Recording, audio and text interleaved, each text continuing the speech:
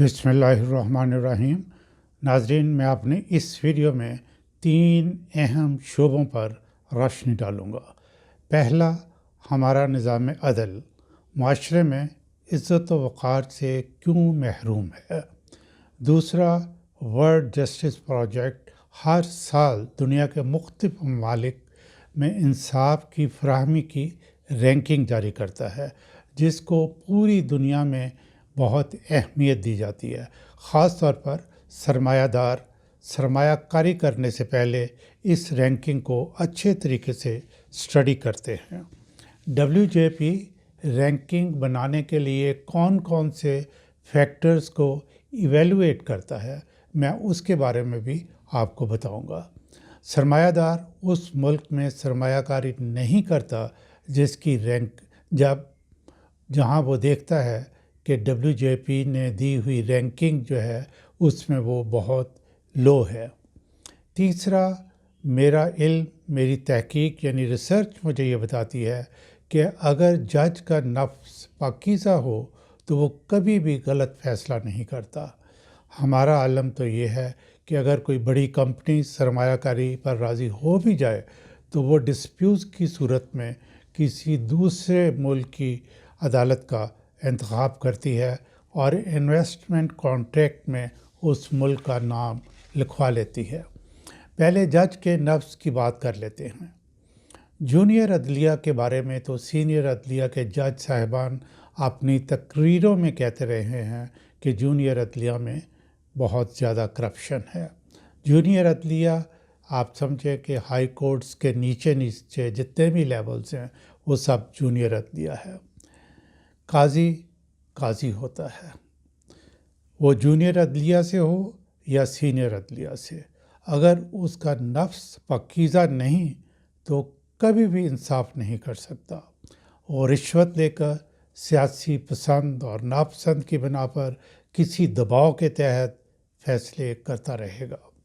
जहाँ ऐसे जज हों वहाँ कभी भी उस मुल्क में तरक्की नहीं हो सकती, सुकून नहीं हो सकता, अमन व अमान की सूरत हाल बेहतर नहीं हो सकती। नाजरीन, कभी आपने सोचा हमारे यहाँ निज़ाम अदल एक खेल बन चुका है। जनाब, एक जज ने फैसला दिया, जिसके ख़िलाफ़ फैसला हुआ वो दोबारा दरख्वास्त लेके चला गया कि जी बड़ा बेंच बनाया जाए। तो एक की बजाय 2 जज बैठ गए। उन्होंने एक जज के फैसले को गलत करार दे दिया। फिर क्या हुआ? फिर जिसके ख़िलाफ़ फैसला आया वो हायर कोर्ट में चला गया। हायर कोर्ट ने 2 जजेस का फैसला गलत करार दे दिया। फिर आप ये देखें कि जब किसी मुल्ज़म को अदालत में पेश किया जाता है तो इन्वेस्टिगेशन यानी तहकीकात के लिए जिन वजूहात की बिना पर रिमांड दिया जाता है वो स्टडी करें तो आप दीवारों से अपना सर टकराएंगे। लेकिन अगर जज का नफ्स पाकीज़ा हो तो ये ड्रामे कहीं भी आपको नज़र नहीं आएंगे। सच हर बेंच में, हर लेवल के सामने सच है और झूठ ही होगा। कुरान पाक में नफ्स की 3 हालतों का ज़िक्र किया गया है। नफ्स से मुराद इंसान का अपना आप है, जो गलत और सही या नेक और बद में तमीज़ करने की सलाहियत रखता है। 3 हालतों में नफ्स अमारा, नफ्स लवामा और नफ्स मुतमन्ना शामिल हैं। नफ्स अमारा बुराई सिखाता है, बदी की तरकीब देता है। नफ्स अमारा इंसान को सीधे रास्ते यानी हक से हटाता है। नफ्स लवामा एक हालत में नहीं रहता, गलती का इर्तिकाब करता है, फिर पछताता है, आइंदा राह रास्त पर रहने का अहद करता है, लेकिन फिर लज़्ज़त गुनाह में फंस जाता है। इंसेंटिव कुछ भी हो, माल व दौलत हो, औरत हो, तरक्की हो, ये इसके चुंगल में फंस जाता है। नफ्स मुतमन्ना ठहरा हुआ, पुरस्कून मजबूत इरादा है जिस पर दौलत, बड़ा ओहदा, ज़मीन, औरत कुछ भी असर नहीं करते। वो खुदा की तरफ माइल रहता है। जज की खूबी नफ्स से मुतमइन्ना है। वो बेखौफ व ख़तर किसी केस को समझता और कानून के मुताबिक फ़ैसला करता है। जजेस की मुराद दौरान सर्विस और बाद अज़ रिटायरमेंट इसीलिए इतनी ज़्यादा रखी गई हैं ताकि वो नफ्स अमारा और नफ्स लवामा के चुंगल से आज़ाद रहे। बदकिस्मती से ये सारा कुछ करने के बावजूद ऐसा नहीं है। पिछले साल 2024 में वर्ल्ड जस्टिस प्रोजेक्ट ने जो रैंकिंग जारी की उसके मुताबिक 142 ममालिक में से पाकिस्तान का नंबर 129वां है, 129। और साउथ एशिया में अगर सिर्फ देखा जाए तो नीचे से पाकिस्तान तीसरे नंबर पर है। कितनी हज़ीमत की बात है।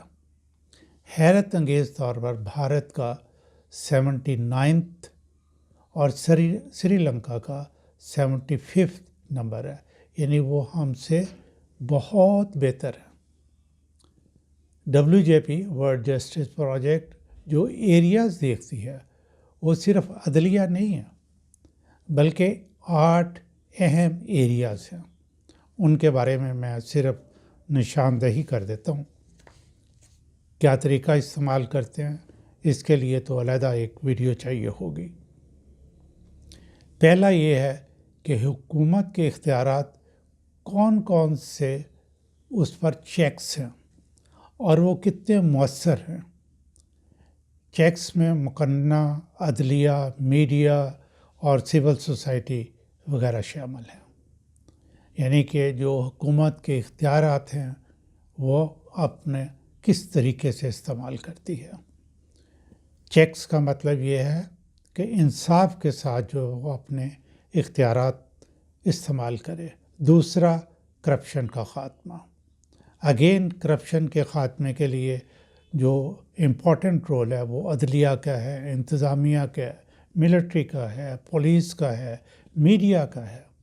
और वो ये WJP देखता है कि करप्शन को ख़त्म करने के लिए इनके जो मुतल्लिका महकमे हैं वो क्या किरदार अदा कर रहे हैं। तीसरा, शफाफ हुकूमत। हुकूमत कितनी शफाफ है।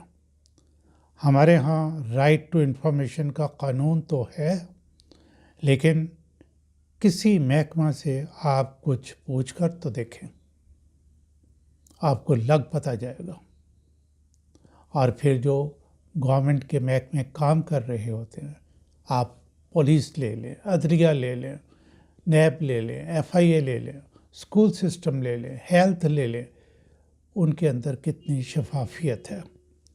फिर चौथा, इंसानी बुनियादी हकूक़, यानी जो फंडामेंटल राइट्स हैं वो पाकिस्तान के अंदर अवेलेबल हैं कि नहीं हैं। फिर पांचवा, अमन व अमान की सूरत हाल। मैं डिटेल नहीं बताता क्योंकि इसके बारे में आपको पहले से बहुत कुछ मालूम है। छठा, क़वानीन का नफाज। क़वानीन का नफाज आपको मालूम है, पाकिस्तान में वो बंदा और उसकी हैसियत देख के कानून नाफिज किया जाता है। इससे ज़्यादा मैं आपको क्या बताऊं। फिर सातवां, सिविल जस्टिस सिस्टम क्या है, और आठवां, क्रिमिनल जस्टिस सिस्टम का है क्या है। ये 8 एरियाज़ में एक डाटा इकट्ठा करके रैंकिंग करते हैं।